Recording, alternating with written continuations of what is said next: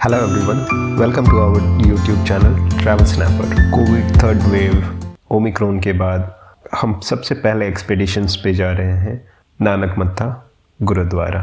ये गुरुद्वारा उत्तराखंड के टॉप 3 गुरुद्वारों में से एक है। बेशक हेमकुंड साहिब उत्तराखंड का सबसे प्रोमिनेंट गुरुद्वारा है, सबसे फेमस गुरुद्वारा है, लेकिन नानक मत्ता भी टॉप 3 गुरुद्वारों में अपना प्लेस ऑक्यूपाई करता है। सबसे पहले मैं आपको इसकी लोकेशन बता देता हूँ। ये गुरुद्वारा सितारगंज में है। सितारगंज से 12-14 किलोमीटर की दूरी पे नानक मत्ता गुरुद्वारा साहिब है। नेशनल कैपिटल दिल्ली से गुरुद्वारे की दूरी 300 से 310 किलोमीटर के बीच है। नियरेस्ट रेलवे स्टेशन खटीमा में है, जहाँ से गुरुद्वारा 12 किलोमीटर दूर है। वैसे तो रुद्रपुर एक नियरेस्ट एयरपोर्ट हो सकता है, लेकिन वहाँ पे रेगुलर फ़्लाइट्स नहीं होती हैं, इसलिए आप दिल्ली को नियरेस्ट फ़्लाइट लोकेशन समझें तो ज़्यादा अच्छा रहेगा। बसें हर जगह से नानक मत्ता होते हुए जाती हैं। जो भी बसें भीमदत्त या टनकपुर जाती हैं वो नानक मत्ता होते हुए जाती हैं, तो इवन आपको दिल्ली से भी बसें अवेलेबल है। अदरवाइज आप रुद्रपुर से या मुरादाबाद से या यूपी से या बरेली से हर जगहों से बसें अवेलेबल हैं। गुरुद्वारा आने का जो बेस्ट सीज़न है वो मैं पोस्ट विंटर से लेके प्री समर तक कंसिडर करता हूँ, और पोस्ट मानसून से प्री विंटर तक का सीज़न आप यहाँ के लिए सबसे परफेक्ट सीज़न कंसिडर कर सकते हैं, जो कि होता है फरवरी से मार्च अप्रैल तक और फिर सितंबर से लेके नवंबर तक। क्योंकि विंटर में बहुत ज़्यादा ठंड होती है, फ्रीजिंग कोल्ड, टेम्परेचर 0 और 1 डिग्री के आसपास आ जाता है, तो बहुत ज़्यादा ठंड होती है। लेकिन फरवरी मार्च में एक ऑप्टिमम टेम्परेचर होता है, जहाँ टेम्परेचर 7 से 35 डिग्री के बीच में रहता है। यही टेम्परेचर आप सितंबर से नवंबर के बीच में फील करेंगे।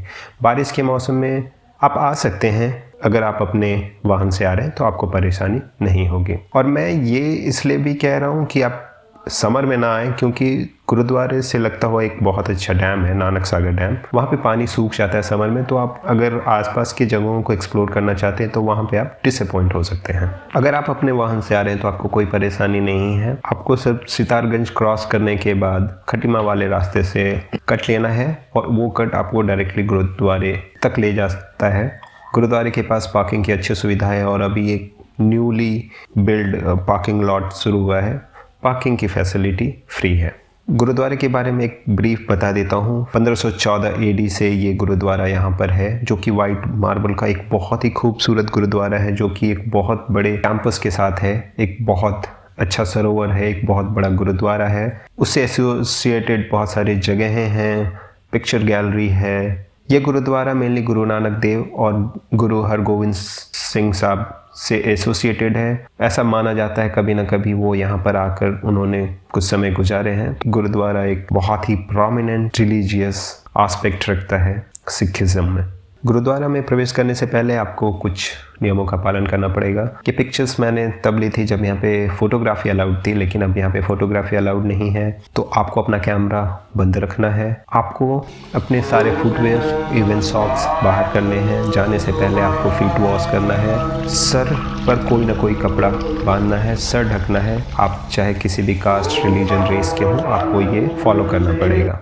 एक एक करके मैं सारी चीज़ों के बारे में बता देता हूँ। सबसे पहले जो आप देखेंगे वो है गुरुद्वारा श्री नानक मत्ता साहिब, जो कि एक मेन अट्रैक्शन है, जो कि वाइट मार्बल का बना हुआ बहुत ही खूबसूरत गुरुद्वारा है और काफ़ी बड़ा भी है। आप अंदर जाएंगे तो वहाँ पर आपको हर गुरुद्वारे की तरह गुरु ग्रंथ साहिब मिलेगा। वहाँ पे लाइव कीर्तन होते हैं। आप मत्था टेकने के बाद वहाँ पर बैठकर कीर्तन का आनंद ले सकते हैं, वहाँ पर प्रदक्षिणा कर सकते हैं और एक बहुत ही पीसफुल टाइम वहाँ पर बिता सकते हैं। गुरुद्वारे से जैसे ही आप बाहर निकलते हैं, आपको पीपल का पेड़ मिलता है, जिसके बारे में कहा जाता है कि एक समय पे इस पीपल के पेड़ को यहाँ के सिद्ध संतों ने उखाड़ने की कोशिश की थी। तब गुरु नानक देव साहब ने अपनी आध्यात्मिक शक्तियों से इसे वापस इस्टेब्लिश कर दिया था, इसलिए इसकी रूट, जड़ें अभी भी बाहर दिखती हैं। पीपल के पेड़ के जस्ट पीछे एक बहुत बड़ा सरोवर है, जहाँ पर जाकर आप स्नान कर सकते हैं, और अगर आप चाहें तो गुरुद्वारा में जाने से पहले स्नान कर सकते हैं, जो कि यहाँ के रिचुअल्स में भी है। वो एक बहुत स्पिरिचुअल एडवांटेज आपको देता है। सरोवर में रंग बिरंगी मछलियाँ हैं, मछलियों को खाना खिलाना अलाउड नहीं है, लेकिन आप जब तक चाहें किनारे पर बैठकर मछलियों को निहार सकते हैं। इसके अलावा एक पिक्चर गैलरी है जहाँ पर सिखिज़म से रिलेटेड, पैट्रियटिज्म से रिलेटेड बहुत सारी कहानियाँ हैं, बहुत सारे फैक्ट्स हैं जो आप एक्सप्लोर कर सकते हैं। इसके अलावा जब हम गेट से बाहर निकलने को होते हैं उसी समय आपको यहाँ पर प्रसाद मिलता है, जो कि घी में बना हुआ एक बहुत ही शुद्ध सात्विक प्रसाद है जो आप ग्रहण कर सकते हैं। और प्लीज़ आप इसे पूरे सम्मान के साथ ग्रहण करें और इसका एक भी दाना वेस्ट ना करें। गुरुद्वारे से लगता हुआ निशान साहिब है जिसकी एक अपनी इम्पोर्टेंस है, आप वहाँ पे भी मत्था टेक सकते हैं। नानक मत्था से जैसे ही आप मेन गुरुद्वारे से जैसे ही बाहर निकलते हैं, बाईं तरफ लंगर हॉल है जहाँ पर सुबह 10 बजे के बाद से शाम के 6 बजे तक लंगर सर्व होता है, जो कि प्योर वेजिटेरियन खाना है। इस लंगर की एक बहुत ही स्पिरिचुअल और डिवोशनल मान्यता है। आप वो लंगर खा सकते हैं जहाँ पे आपको रोटी, चावल, दाल, सब्जी, खीर इस तरह की चीज़ें मिलती है। आपको सिर्फ एक चीज़ का ख्याल रखना है कि आपको थालियाँ खुद लेकर आनी है, प्रसाद के लिए हाथ फैलाना है और सर पे कोई ना कोई कपड़ा आपको बांधना है। आपको अपना सर ढककर ये प्रसाद ग्रहण करना है। खाने के बाद आप अपनी थालियाँ धोकर वापस जगह पर रखते हैं। इस गुरुद्वारे के आसपास और भी बहुत सारी जगह हैं जो आप घूम सकते हैं। उसमें से एक बहुत ही प्रोमिनेंट है नानक सागर डैम, जो गुरुद्वारे के जस्ट पीछे है।